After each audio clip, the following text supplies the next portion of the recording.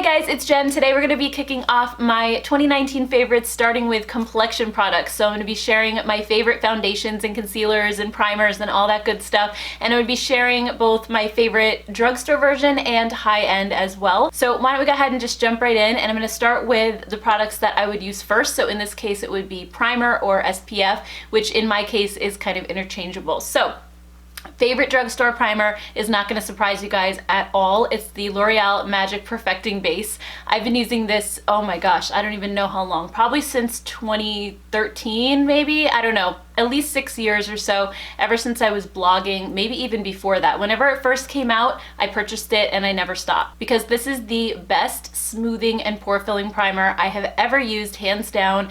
I don't hear a lot of people talking about this one anymore, but it is so good. It has kind of this fluffy whip texture. As you can see, this jar is almost gone. I definitely need another one. And it just smooths out my skin to the point where it looks airbrushed, even if I'm not wearing foundation. It doesn't cover redness and all that stuff, obviously, but if you just want to kind of smooth out your texture and your skin looks pretty good overall, this is fantastic. And when I wear this under foundation, inevitably, if I see somebody in real life, they're like, wow, your skin looks so smooth. Like, what are you using? What skincare do you have?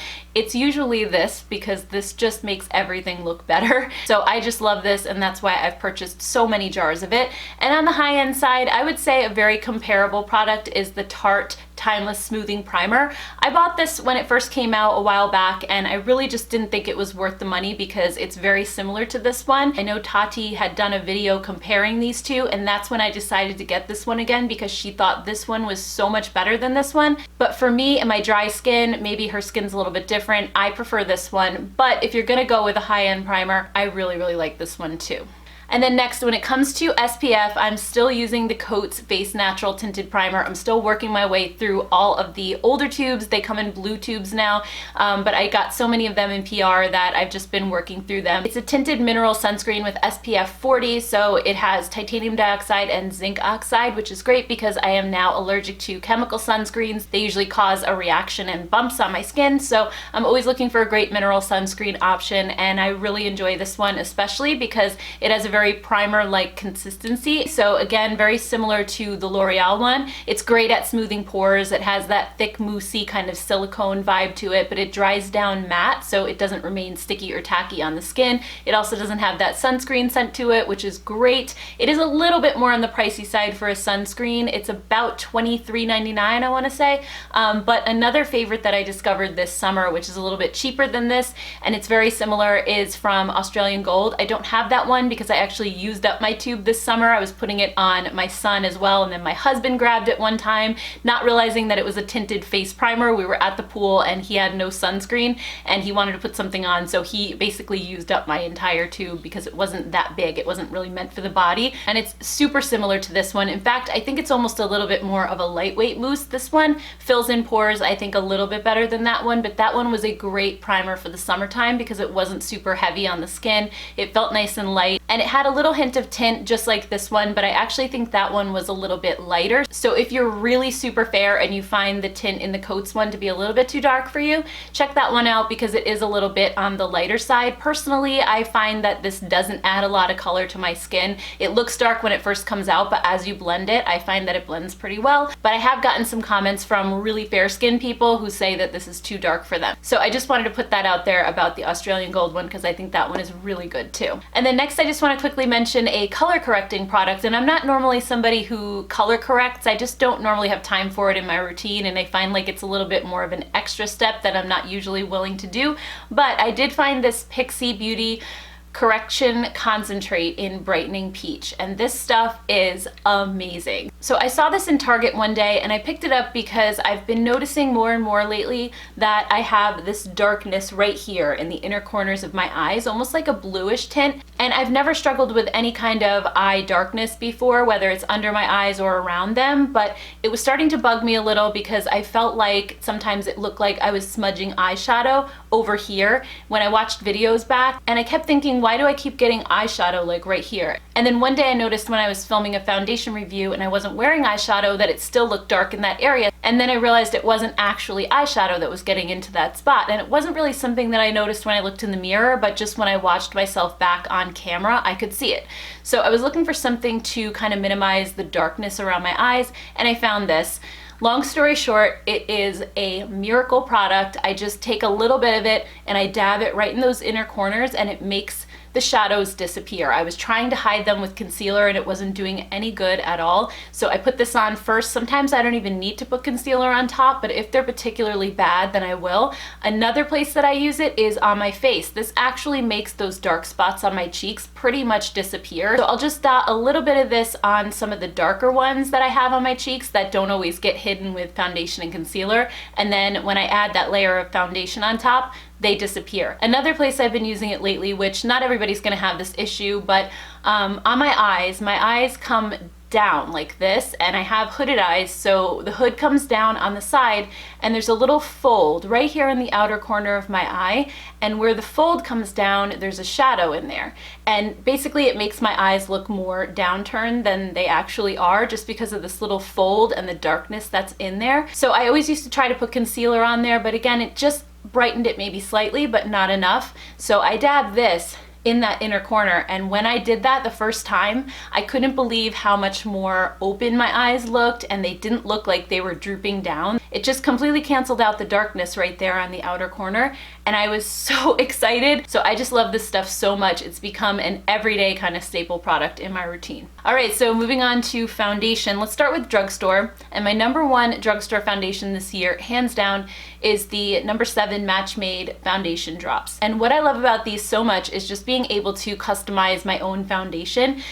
In the past, growing up, I've always had dry skin, so finding foundations that work for me has always been a bit of a struggle, but now that I'm over 40 and I have more aging issues to deal with, it's even more of a struggle on top of the dry skin getting even worse than it was before. So what I love about this is that I can just make my own foundation. So I usually put a couple drops of this into one of my primers. That's my favorite way to use it, and it creates a tinted primer basically. So the primer already makes my skin look airbrushed, so adding a tint to it just gives the primer some coverage, and it's like the perfect marriage. I love it so much because I think primers kind of sit more on top of your skin rather than sinking into those fine lines, the wrinkles and pores like a liquid does. So it's just the perfect combination, but on occasion I'll also mix this in with a moisturizer if my skin is feeling particularly dry that day. Like today, I actually mixed this in with my Star Skin Pink Cactus Pudding, which is like a really heavy duty moisturizer, and it basically just creates your own tinted moisturizer, and you can add as much coverage as you want. I added 3 drops just to give it a little bit more coverage than your typical tinted moisturizer would, but it's still not enough that it's gonna make it look like a mask. So I just love the versatility of this. I love how tiny this is. It's great for traveling. It's an amazing product. And I also just want to mention as a runner-up, the Soap & Glory Kick A foundation. I don't know if any kids are watching, so I'm not going to say the whole name, but this foundation has replaced my CYO Life Proof. I believe it's the same exact formula. It has the same ingredients and they have the same parent company. And if you didn't know, CYO is actually being discontinued. So I was so happy to see this one pop up because it's basically the exact same thing. It is a little more expensive. Actually, it's like double the price of it. I want to say the CYO one was like $7 and this one's around 14. It's still a really affordable price though for a foundation, and it lasts all day. It looks so natural on the skin. It has a very skin-like finish. It also gives a great like solid medium coverage. It's not too sheer, it's not too full, it's just perfect. I have it in the shade 02. I absolutely love this stuff. And then when it comes to high-end foundations, my absolute favorite is one that I discovered this year, and that is the Zoeva Authentic Skin foundation. So this one I have in the shade 90C. So this one is a little bit too dark for me, but this was sent to me by Zoeva, so I'm just trying to finish this one up and then I'll probably get a slightly lighter shade. It's just a hair too dark for me, but not that bad. And what I absolutely love about this is, again, just like the Soap & Glory one, it has one of the most skin-like finishes I've ever seen on a foundation. I think this one is maybe even like slightly lighter weight and more fluid than the Soap Soap and Glory. It is just a beautiful product. It has a really beautiful satiny kind of finish. It's not too dewy, it's not too matte, and I always get compliments on my skin when I wear this because it really truly looks like you're not wearing foundation. It just looks like you have really good skin. So I love this stuff a lot. And then my runner-up for high-end foundations, because I wanted to mention this one too, is the Dalton Anti-Stress Skin Perfector. This has basically replaced my IT Cosmetics CC cream, but it doesn't have the SPF in it. And because I'm using a different SPF anyway, I didn't really care about that too much. I did kind of like how it was a one-step type of thing with the IT Cosmetics, but what I didn't like about it is I think the addition of the SPF makes the IT Cosmetics one look a little bit shiny on the skin, and the older I get, the more I don't want that kind of dewy glow because it just makes my pores look bigger, it draws attention to fine lines and wrinkles. So I love this one because it's more of a satiny finish again that looks like skin, but it has that same CC cream kind of a texture where it feels like a moisturizer and foundation hybrid. It also has a bunch of vitamins and antioxidants in it, so it's great free radical protection as well. So I just wanted to mention that one. And then moving on to concealer, let's start again at the drugstore. My favorite concealer from the drugstore, hands down, is the Joah Dark Circle Concealer. Joah is a brand that I don't hear a lot of people talking about anymore, and I have to say the products in the line have been very hit or miss for me. This one is the best concealer. I cannot stop using it. So it has one of those little sponge tip applicators like the Maybelline Age Rewind, but I love the coverage of this one a little bit more, except it's just as lightweight and almost completely undetectable, just like the Maybelline one. It just does an amazing job at brightening up the skin under my eyes, but it looks like I applied nothing. It's amazing. I don't know how they do it. It doesn't settle into fine lines at all, and it just brightens up my whole under eye area. I have it in the shade Porcelain, which I believe is the lightest shade, but this is actually my third tube of this now, and it's the one that I reach for more often than any other concealer. And then another drugstore concealer I really ended up enjoying this year is the Milani Conceal and Perfect. This one's more of a liquid concealer, like the regular kind with the doe foot applicator, but this one, just like the Joah, it just has the most beautiful skin-like finish, and I didn't find it settling into the fine lines under my eyes either. This one's maybe like a little bit more long-wearing than the Joah, so I use this one if I'm going to be going somewhere and I want it to last most of the day. This one's a really great natural-looking option as well. It has probably like medium coverage again. This one also has close to medium. It's maybe slightly more sheer, but again, it does have more coverage than the Maybelline Age Rewind. So if you've tried that and it doesn't have enough coverage for you, try this one because it's a similar formula but just gives a little bit more coverage. And because I love these so much, I really don't use high-end concealer all that often just because why spend the money on it? But the one that I like the best is the Dalton Hydrolux Concealer.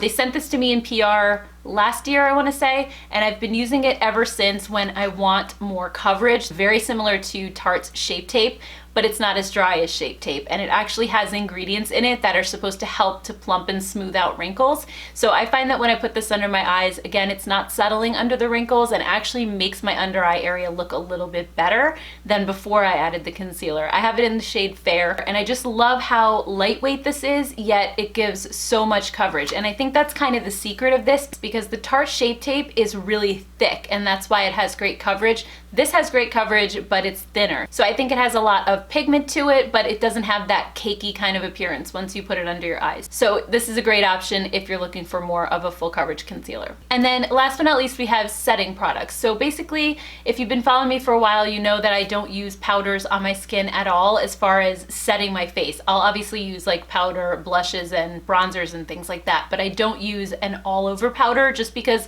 I find them to be too dry. My skin is so super dry that adding a powder makes it so much worse, not to mention that because I have dry skin, I don't normally have issues with, you know, foundation sliding on my face and stuff like that. Things grip pretty well most of the time, so I don't really feel the need to set my face. But if I do, if I'm going somewhere and I really want to make sure my makeup is locked down, particularly the color products more than anything, like my eyeshadow and my blush and stuff like that, I'll reach for a setting spray. And my favorite setting spray I discovered this year as well, and that is the Morphe Continuous Setting Mist. This stuff is so good. They sent this to me in a PR package, and I never would have tried it otherwise because I have setting sprays already. I have the MAC Prep and Prime that I normally use and the Urban Decay All Nighter, but once I tried this one, I haven't used anything else. So let me just quickly show you what this looks like because it's the finest mist. Isn't that amazing? It just feels so good when you're spraying it on your face. It doesn't leave those big water droplets, and I feel like it really covers everything because the mist is so fine. It's also pretty affordable as well, way more so than the MAC Prep and Prime, so I'm obsessed with this as well. Alright guys, so those are my favorite complexion products of 2019. I hope you enjoyed this video and maybe found some new things that you could try out in the new year. I'd also love to hear from you guys down in the comments below. What have your favorite complexion products been this year? I always love hearing your suggestions when it comes to makeup, so I may even pick up some new things to try in the new year. So anyway guys, thank you so much for watching. Please don't forget to hit that subscribe button and also ring the notification bell so that you'll get notified of my videos when they pop up. I'm going to be doing a lot of favorites videos now through the end of the year, so you're not going to want to miss them. Thanks guys, I'll see you next time. Bye.